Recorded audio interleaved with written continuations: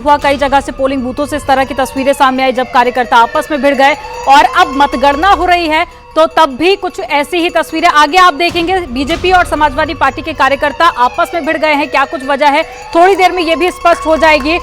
लेकिन जवाद जी, आप कह रहे थे कि ये अभी थोड़ा और इंतजार करना होगा। टैली पर जो आप नंबर्स देख रहे हैं इसमें कितने प्लस माइनस आप देख रहे हैं?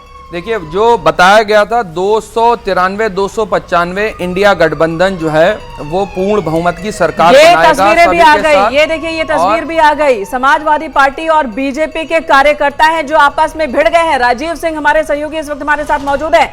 राजीव, क्या हुआ, क्यों भिड़ गए, कहां पर हुआ, ये भी बताएं। लखनऊ में कहां? लोकसभा चुनाव को लेकर आ रहे रुझानों को लेकर समाजवादी पार्टी और बीजेपी कार्यकर्ताओं के बीच पहले बहस हुई और उसके बाद देखते ही देखते मारपीट वहां पर होने लगी, जिसके चलते एक कार्यकर्ता गंभीर रूप से घायल हो गया है, जिसे अस्पताल भेजा गया है। हालांकि इस दौरान मौके पर मौजूद पुलिस बल ने फिलहाल वहां पर जो मौजूद कार्यकर्ता थे उनको भगा दिया है। ये जो घटना है ये मतगणना स्थल के पास स्थित एक ओवरब्रिज के पास हुई थी, क्योंकि वहां पर समाजवादी पार्टी और भाजपा के कई कार्यकर्ता झुके हुए थे। इस घटना के बाद पुलिस ने सभी कार्यकर्ताओं को वहां से तितर-बितर कर दिया है। राजीव, अब क्या सिचुएशन कंट्रोल में है? कितने कार्यकर्ता जख्मी हैं? क्या दोनों तरफ के कार्यकर्ता हैं?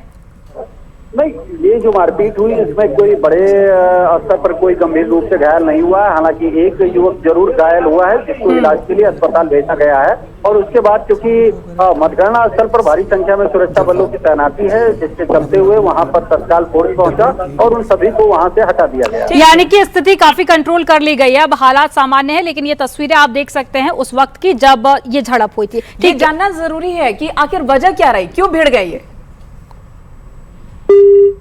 कॉल डिस्कनेक्ट हो गया है, लेकिन एक बात जरूर होगी कि ईवीएम को लेकर तो सवाल नहीं ही उठाए होंगे जिस तरह के आंकड़े सामने आ रहे हैं। हाँ, ये बहुत बहुत महत्वपूर्ण बात कही आपने। और जवाद साहब इस वक्त हमारे साथ हैं। जवाद साहब, ईवीएम से अब कोई दिक्कत नहीं, कोई परेशानी नहीं? मैं फिर आपसे कह रहा हूं, अगर इंडिया गठबंधन की सरकार, जैसा कि मैं साफ देख पा रहा हूं कि साफ अगर पूर्ण बहुमत की सरकार बनती है तब भी आप देखिएगा कि हम ईवीएम के मुद्दे को उठाते रहेंगे। इलेक्शन कमीशन के ऊपर जो आरोप लगे हैं उसको भी हम लोग करते रहेंगे। और कोई भी जो बात ऐसी कही गई है, ये घमंड वो है ना कि अभी गनीमत है सब्र मेरा, अभी लबालब भरा नहीं हूं, वो मुझको मुर्दा समझ रहा है। उससे कह दो कि मैं मरा नहीं हूं। लोकतंत्र को बचाने की लड़ाई थी, आरक्षण को बचाने की लड़ाई थी, संविधान को बचाने की लड़ाई थी। राहुल गांधी जी ने जो मुद्दे उठाए वो जमीनी सतह पे गांव-गांव तक घर के अंदर पहुंचे हैं। और जितने मुद्दे भारतीय जनता पार्टी ने उठाए, अगर मैं कह रहा हूं 10 साल के कार्यकाल के ऊपर लड़ते और चीजों के ऊपर बात होती तो तस्वीर हो सकता था। हालांकि हुई नहीं, हमेशा बेस नहीं है भारतीय जनता पार्टी का वो कि सच की राजनीति पहली बार थोड़ी। ठीक है, नेहा यादव जुड़ गई है, राजीव भी दोबारा से जुड़ गए। हाँ राजीव, बताइए क्या वजह रही, क्या कारण रहा जिसके चलते ये झड़प हुई थी? अब देखिए, जो शुरुआती लोकसभा चुनाव को लेकर रुझान आ रहे थे उसमें एक और जहां समाजवादी पार्टी को बढ़त मिल रही थी उसको लेकर समाजवादी पार्टी क्या गड़बड़ी का कोई आरोप लगाया गया?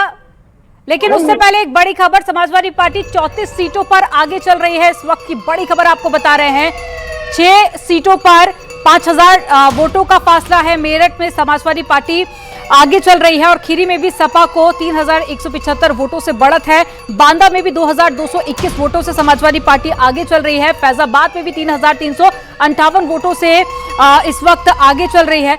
और समाजवादी पार्टी का प्रदर्शन काफी ज्यादा अच्छा नजर आ रहा है। 6 सीटें ऐसी हैं जहां पर 5000 वोटों का अंतर है। और हमारे साथ में नेहा जी एक बार फिर से जुड़ गई हैं, उन्हीं का रुख कर लेते हैं। नेहा जी, 2019 के मुकाबले देखा जाए तो इस बार जो परफॉर्मेंस है वो बहुत ज्यादा अच्छा है समाजवादी पार्टी का। बड़े फैक्टर क्या आप देख रहे हैं? क्या जो मुद्दे समाजवादी पार्टी की तरफ से उठाए गए थे उनका असर है कि जनता ने बढ़ चढ़ कर वोट दिया? देखिए, जनता ने इस बार महंगाई के खिलाफ वोट किया।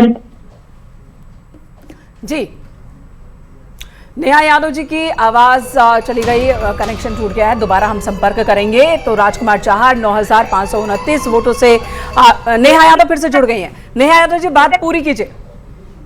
देखिए, देश की जनता जानती है जिस तरह से प्रधानमंत्री